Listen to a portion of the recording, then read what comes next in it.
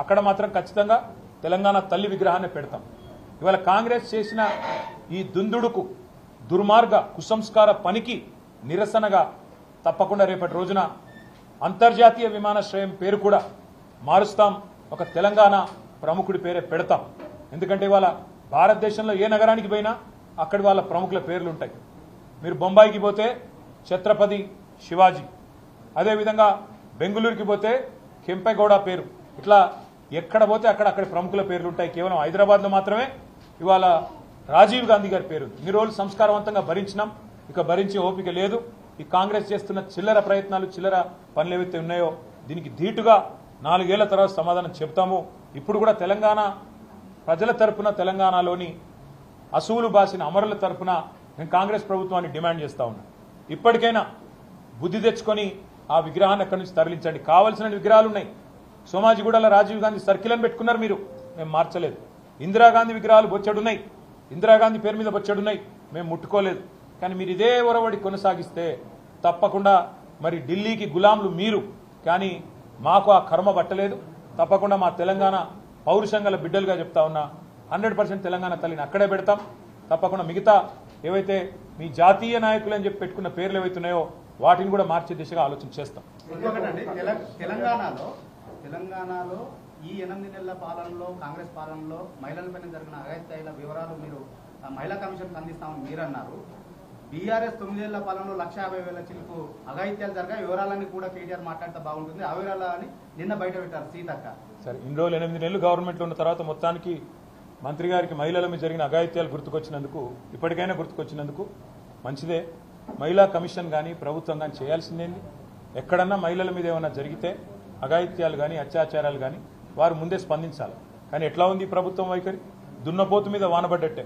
అక్కడ కొల్లాపూర్లో ఒక చెంచు మహిళ మీద అఘాయిత్యం జరిగితే మా నాయకురాలు సత్యవతి గారు, సబిత గారు, మా నాయకులు మరి జనార్దన్ రెడ్డి గారు, గోవల బాలరాజు గారు, బీరం హర్షవర్ధన్ రెడ్డి గారు అందరూ పోయి ఆ అమ్మాయిని నాగర్ కర్నూలు ఆసుపత్రిలో చేర్పించేదాకా స్పందన లేదు. అదేవిధంగా మొన్నటికి మొన్న షాద్ నగర్లో ఒక దళిత మహిళ మీద అక్కడ పోలీసులు అఘాయిత్యం చేస్తే దాని మీద స్పందన లేదు. చివరికి మా నాయకురాలు సబితా ఇంద్రారెడ్డి గారు పోయి గొడవ చేస్తే, మా ఆర్ఎస్ ప్రవీణ్ కుమార్ గారు పోయి గొడవ చేస్తే మొన్న మధ్యన ఆ పోలీసులను సస్పెండ్ చేసింది. ఒకటి కాదు, ఇవాళ చెప్పమంటే ఎన్ని అఘాయిత్యాలు, ఎన్ని అత్యాచారాలు జరుగుతున్నాయో తెలంగాణలో 8 నెలల్లో మీరే మీ కళ్ళ కట్టినట్టు చూడొచ్చు. మహిళా కమిషన్ అయినా, రాష్ట్రంలోని శాంతి భద్రతల విభాగం పోలీసులైనా చేయాల్సిన పని ఏందండి? వాళ్ళు చేయాల్సిన పని మొదలు ఖచ్చితంగా రాష్ట్రంలో మహిళలు కానీ, పిల్లలు కానీ, రాష్ట్రంలో ఉండే మా అన్న తమ్ముళ్ళు కానీ, ఇక్కడ ఉండే కుటుంబాలు కానీ శాంతియుతంగా బతికే విధంగా చూసుకోవాలి. ఆ తెలివి లేదు. హైదరాబాద్లో మర్డర్లు అవుతుంటే ఆపే తెలివి లేదు. హైదరాబాద్లో ఇన్ని అఘాయిత్యాలు జరుగుతుంటే దాన్ని పట్టించుకునే నాదుడు లేడు. రాష్ట్రానికి హోంమంత్రి దిక్కు లేడు. మేము పొరపాటున నోరు జారి ఒక మాట అంటే దానికి ఆల్రెడీ నేను క్షమాపణ కూడా చెప్పిన. ఇక ప్రపంచంలో ఇంతకంటే పెద్ద సమస్య లేనట్టు దాన్ని సమస్య చేసి కావాలని దానికి రాజకీయ రంగు పులిమి ఇవాళ ప్రయత్నం ఏదైతే చేస్తున్నారో నేను మంత్రి గారికి ఒకటే చెప్తా ఉన్నా. మీకు మహిళల పట్ల చిత్తశుద్ధి ఉంటే మీ ప్రభుత్వానికి తప్పకుండా ఒక ఎంక్వైరీ చేయండి. ఎలాంటి అఘాయిత్యాలు జరిగాయి, ఏం జరిగినాయి, శాంతి పద్ధతులు ఆనాడు ఎట్లుండే, ఈ రోజు ఎట్లుండే, ఏం చేసిందండి ఆనాడు మా ప్రభుత్వం? ఇక మా మహమూద్ అలీ గారు ఇక్కడనే ఉన్నారు, హోంమంత్రిగా పనిచేశారు. షీ టీంలు పెట్టింది ఎవరు? భరోసా సెంటర్లు పెట్టింది ఎవరు? విమెన్ సేఫ్టీ వింగ్ చాలు చేసింది ఎవరు? షీ షటిల్స్ ప్రారంభించింది ఎవరు? దిశాని ఆ రోజు ఒక ఇన్సిడెంట్ జరిగితే వాళ్ళు నేను అడుగుతా ఉన్నా, కోల్కతాలో ఒక అమ్మాయి మౌమితా గారి మీద అక్కడ దాడి జరిగితే, అఘాయిత్యం జరిగితే, చాలా కిరాతకంగా అమ్మాయిని చంపేస్తే ఏమంటున్నారు ఇవాళ ఢిల్లీలో డాక్టర్లు, ఇంకా ఇతర చోట్ల, ఇతర నగరాల్లో అక్కడ నిరసన చెప్తున్న డాక్టర్లు ఏమంటున్నారు? తెలంగాణ తరహాలో న్యాయం చేయండి అంటున్నారు. That is KCR, that is Telangana. మీకున్నదా మాట్లాడే నైతిక హక్కు? వాళ్ళు ఏం జరుగుతున్నది తెలంగాణలో?